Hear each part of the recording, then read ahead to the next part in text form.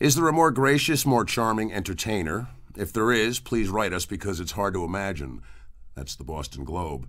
Her songs show that inside the wistful farm girl beats the heart of a steely moralist, according to the New York Times. She is our leading creator of folk-based pop songs, according to People magazine, and she has performed everywhere, from the Richard Rodgers Theater on Broadway, New York City, to the Prince Albert Hall in London. On her most recent recording, she has collaborated with U2's Larry Mullen Jr. and Adam Clayton, Peter Buck of R.E.M., the Indigo Girls, the Bodines, Adam Duritz of Counting Crows, Mark Knopfler of Dire Straits, and Sonny Curtis of Buddy Holly and the Crickets. She is the multi-Grammy Award-winning electro recording artist Nanci Griffith. Welcome, Nanci. It's nice to be here, John. Let's talk a little bit about your most recent release now that you're coming off the tour. In the retrospect, in the past year, the Flyer record has done pretty well. The Flyer record has done great for me. I mean, it's been a year of playing the music from the Flyer album, and I never get tired of it.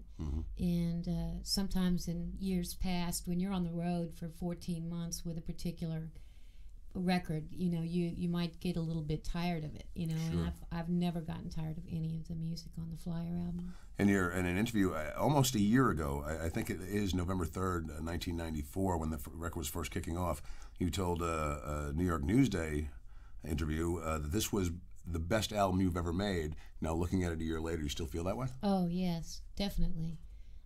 Because it's like all things came together at once. It was the best group of writing that I had ever done as a writer.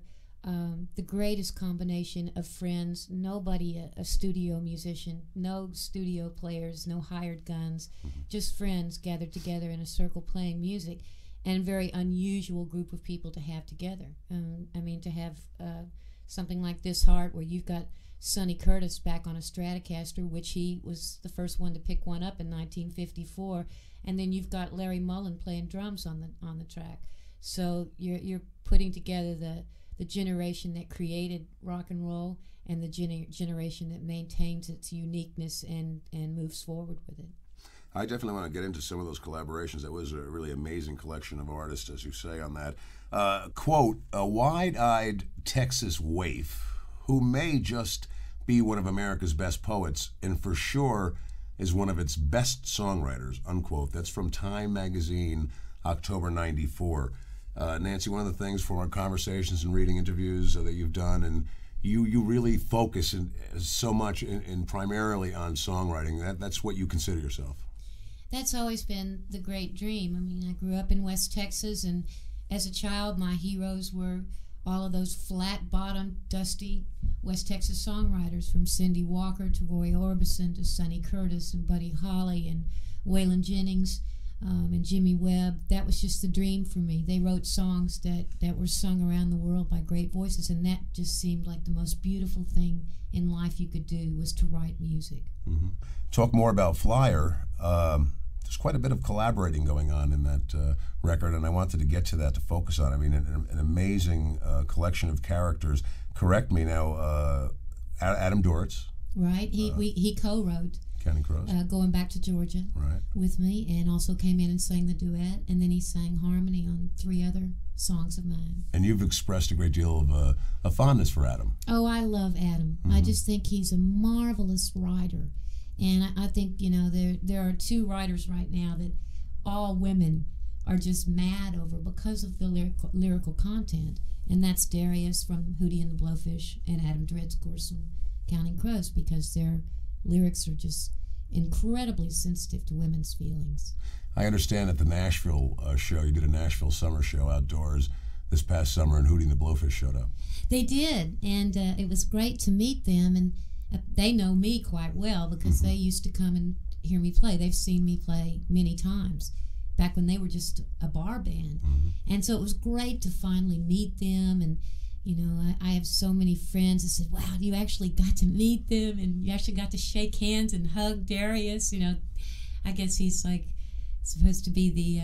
he's hot. The big hot guy right now. But it was so wonderful because I just think their writing is great, and they're very refreshing. Yes, they are. That's I agree with you there. Also, let's talk about some other people on the record. Now, did Peter Buck was involved in that? Peter Buck produced several songs for the Flyer album, and we ended up using 2 of them. And it was wonderful to work with Peter. He's a lovely producer, not unlike Jim Rooney, who I had worked with on several albums in the past, and that he basically is there to referee. And if you want him to play some guitar, he's more than happy to. But basically, he just keeps everybody from running amok, and he's lovely to work with. And folks, I hear you talk about quite often, and you're huge in Ireland. The Irish people definitely have rallied behind your flag there, and you also worked with Larry Mullen Jr., Adam Clayton. Very much, yeah. I've worked with them now on the Flyer album, and in the past, Larry and I had talked about it for 8 years, working together. So this was just the final opportunity. We finally had time free to get together and work, and it was the first time that Larry or Adam had worked on anybody else's project but U2's. So it was very different for them because I record much differently than the way that they record, which is I record with everybody all together in one room, and it's just organized chaos. I mean, I've always recorded that way, and most producers just pull their hair out at that thought. But I think Larry and Adam had a great time doing that because it was a first for them. Back to what I said earlier, you have been an industry sweetheart for years. I mean, just to be able to draw all these folks to come in and collaborate and help out on the record has to be kind of touching to you. I couldn't imagine. I could not put myself in a seat and all these people calling me up saying, I want to work with you. I want to have some fun with you. That's pretty impressive. Well, I was really surprised that everybody had the time because we all have such horrendous schedules. The Chieftains, I mean, when they worked on the Flyer album, they had to do their sessions in London, so it was really literally by phone with Patty Maloney calling me up and saying, now, are you sure you want us to just play it this way? And I said, I want you to be the Chieftains, just like when years past when I had gone to work on one of their projects. I didn't want to inflict Nanci Griffith on the Chieftains. I wanted to be part of the Chieftains. Right. And everybody who worked on this record was like that. When the Indigo Girls came in to work on These Days in an Open Book, they were just so brilliant. They didn't want to interfere with what Nanci Griffith does. They wanted to bring their personalities into it and mesh it, which was really great. Everybody's attitude was wonderful. It's exciting collaboration. Of course, we should tell the folks, originally you're from West Texas? Well, my family is from Lockney, Texas, which is right outside of Lubbock, and I grew up in Austin, Texas. You came up in Austin, Texas. And when are we going to see another project, Nanci Griffith record? Well, the next one will be the collaboration that I just did for the Olympics committee, which is for the opening ceremonies for the Olympics. We went in and re-recorded a song that I recorded 10 years ago. I celebrate the 10th anniversary of recording and publishing the song of Julie Gold's From a Distance in January. So we brought in Donna Summers to sing the German, Raul Malo from the Mavericks to sing the Spanish. I sang the French, and we all sang in English, lots of harmony, and a completely new arrangement of the song, and really appropriately what Julie Gold wrote the song for to begin with, which was unity. Mm-hmm. Well, we'll be looking forward to more stuff from you, and thanks a lot for hanging out and chatting with me. Thanks, John. And also, please tell Etta James, Mary the K, Lillian Hellman, Peaches and Pops. Everyone says hello.